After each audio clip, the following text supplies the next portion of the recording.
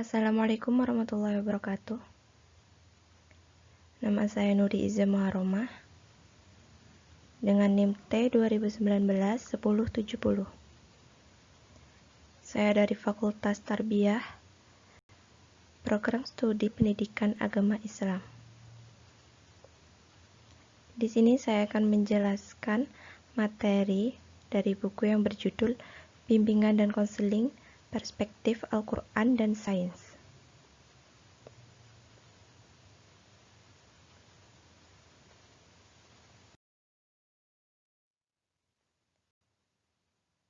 Bab 1. Mengenai bimbingan dan konseling di sekolah.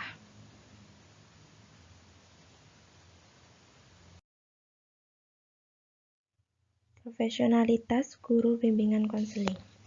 Bimbingan dan konseling adalah upaya sistematis, objektif, logis, dan berkelanjutan serta terprogram yang dilakukan oleh konselor atau guru bimbingan dan konseling untuk memfasilitasi perkembangan peserta didik untuk mencapai kemandirian dalam kehidupannya.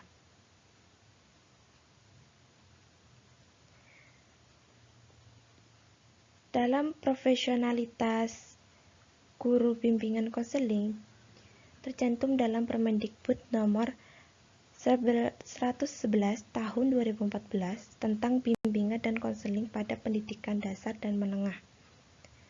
Dalam Permendikbud tersebut memberikan arah yang jelas dalam pelaksanaan layanan bimbingan konseling di sekolah. Kejelasan arah yang dimaksud bisa dilihat dari pengelompokan bidang layanan, komponen pelayanan, dan mekanisme pelayanan. Dalam mekanisme pelayanan juga telah dijelaskan langkah-langkah pelaksanaan secara rinci.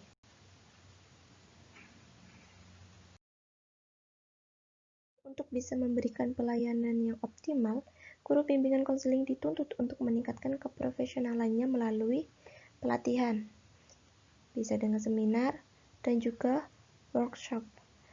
Di samping itu juga perlu dilakukan penilaian terhadap kemampuan guru bimbingan konseling secara periodik, guna mengukur dan menilai sejauh mana peningkatan kemampuan mereka yang dalam mengaplikasikan hasil seminar dan juga workshop atau juga pelatihan yang mereka ikuti.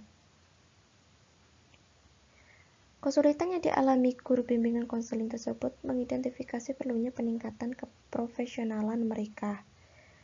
Peningkatan keprofesionalan bisa dilakukan dengan belajar sendiri atau belajar bersama dengan teman-teman seprofesi dalam wadah musyawarah guru bimbingan dan konseling atau disingkat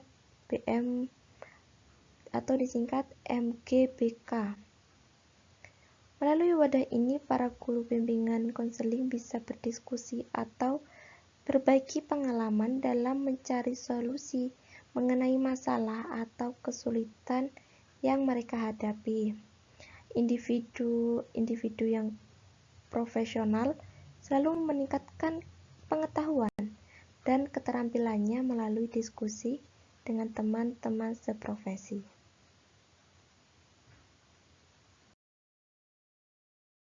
Itu, guru bimbingan konseling haruslah yang berpendidikan, berprestasi, dan juga berpengalaman.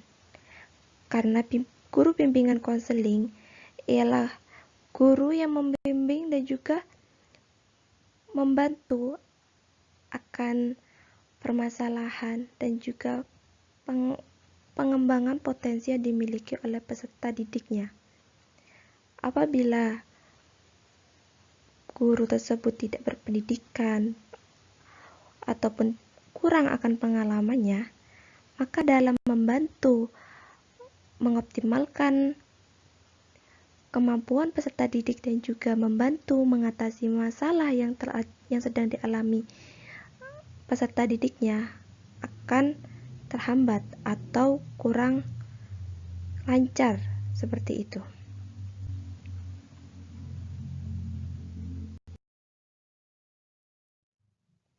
Peran konselor dalam meningkatkan kecerdasan emosional siswa.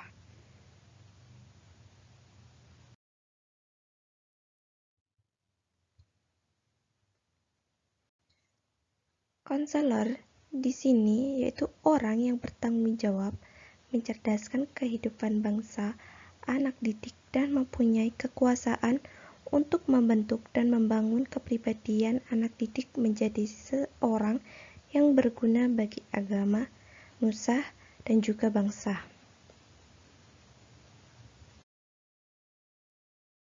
Dilakukan pengamatan di sekolah SMA swasta Karya Bakti, di mana konselor di sana tidak berlatar belakang dari pendidikan bimbingan konseling, sehingga pelaksanaan bimbingan dan konseling di sekolah tersebut tidak sesuai dengan pelaksanaan bimbingan konseling yang seharusnya dilakukan.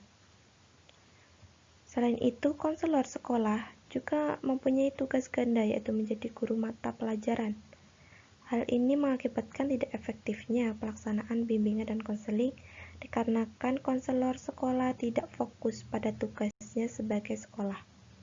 Jadi pelaksanaan bimbingan dan konseling di Yayasan Perguruan Karya Bakti dilakukan secara natural di lapangan, yakni melihat langsung akan keseharian siswa-siswanya. Dan apabila ada gejala permasalahan yang akan timbul, maka dilakukanlah tindakan terhadap konselor, yaitu memberikan arahan atau bimbingan kepada siswanya.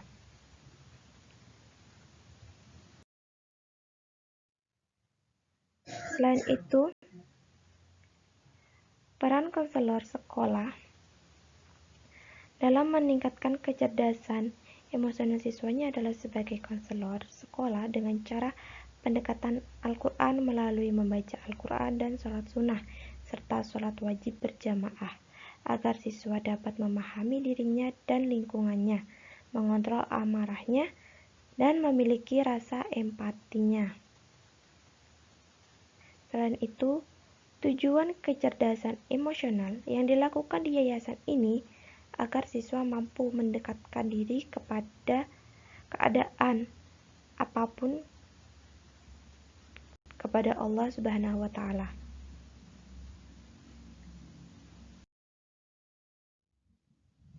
Peningkatan kualitas kompetensi guru BK.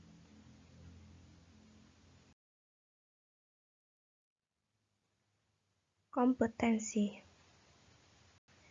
di mana kompetensi ini mengandung pengertian, yaitu pemilikan pengetahuan, keterampilan, dan kemampuan yang dituntut oleh jabatan tertentu. Kompetensi dimaknai pula sebagai pengetahuan, keterampilan, dan nilai-nilai dasar yang direfleksikan dalam kebiasaan berpikir dan bertindak, dan juga sebagai kemampuan melaksanakan tugas yang diperoleh melalui pendidikan atau juga latihan.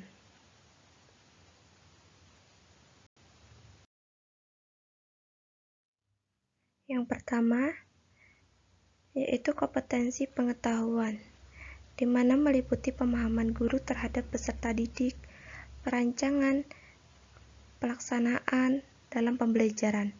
Bisa juga evaluasi hasil belajar dan pengembangan peserta didik. Seperti memahami peserta didik dengan memanfaatkan prinsip-prinsip perkembangan kognitif, atau memahami peserta didik dengan memanfaatkan prinsip-prinsip kepribadian dan mengidentifikasi bekal ajar awal peserta didik. Bisa juga dengan merancang pembelajaran, termasuk memahami landasan pendidikan untuk kepentingan pembelajaran, dan juga pengembangan peserta didik untuk mengaktualisasikan berbagai potensinya. Yang kedua, yaitu kompetensi kepribadian.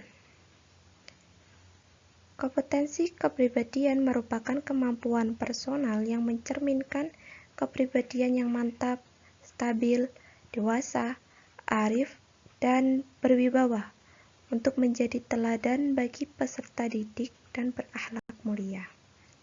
Seperti halnya bertindak sesuai dengan norma hukum, bertindak sesuai dengan norma sosial, bangga sebagai guru, dan memiliki konsistensi dalam bertindak sesuai dengan norma. menampilkan kemandirian dalam bertindak sebagai pendidik, dan memiliki etos kerja sebagai guru.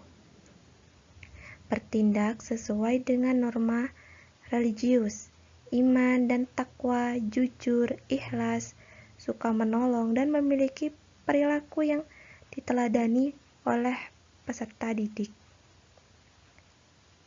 Yang ketiga, yaitu profesionalisme, di mana merupakan penguasaan materi pembelajaran secara luas dan mendalam, yang mencakup penguasaan materi kurikulum mata pelajarannya, memahami materi ajar yang ada dalam kurikulum sekolah, memahami struktur, konsep, dan metode keilmuan yang menaungi atau koheren dalam materi bahan ajarnya.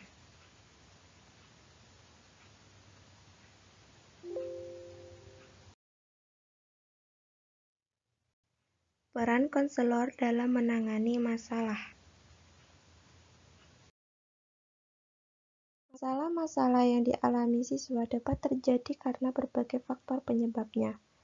Salah satunya karena siswa kurang mendapatkan pelayanan yang memadai, baik dari konselor maupun guru mata pelajaran.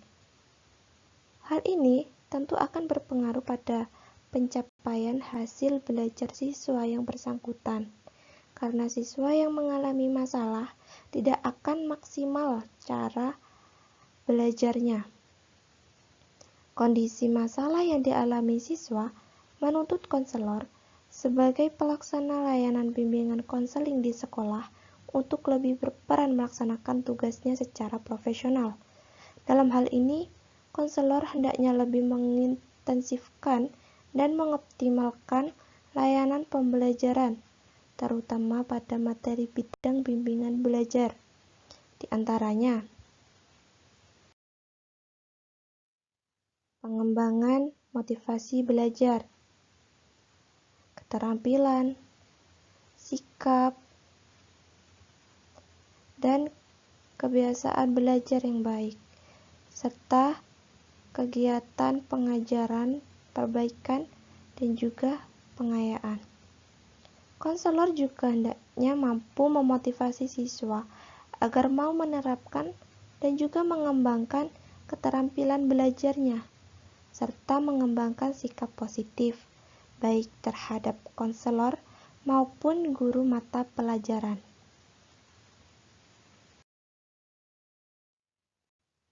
Sekian yang bisa saya sampaikan. Mohon maaf apabila ada kesalahan dan juga kekurangan. Terima kasih. Wassalamualaikum warahmatullahi wabarakatuh.